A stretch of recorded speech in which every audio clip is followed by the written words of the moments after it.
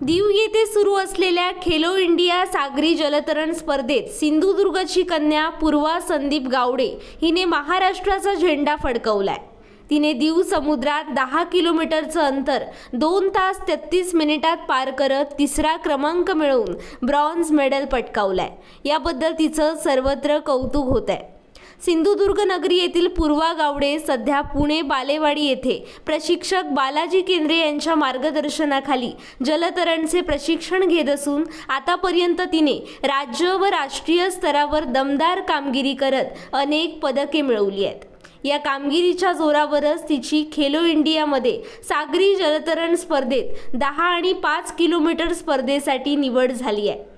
त्यानंतर आज बुधवारी दीव येथील समुद्रात झालेल्या 10 किलोमीटर सागरी जलतरण स्पर्धेत उत्कृष्ट कामगिरी करत समुद्रात 10 किलोमीटरचं अंतर 2 तास 33 मिनिटात पार करत तिसरा क्रमांक मिळवून तिनं ब्रॉन्झ मेडल पटकावलंय।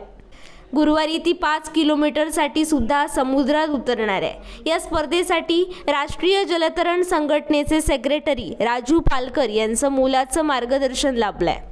पूर्वाच्या यशाबद्दल सर्वत्र अभिनंदन होत असून जिल्हा क्रीडा अधिकारी विद्या शिरस, सिंधुदुर्ग नगरी येथील जलतरण तलावाचे प्रशिक्षक प्रवीण सुलोकार यांनी तिचं खास अभिनंदन केलंय।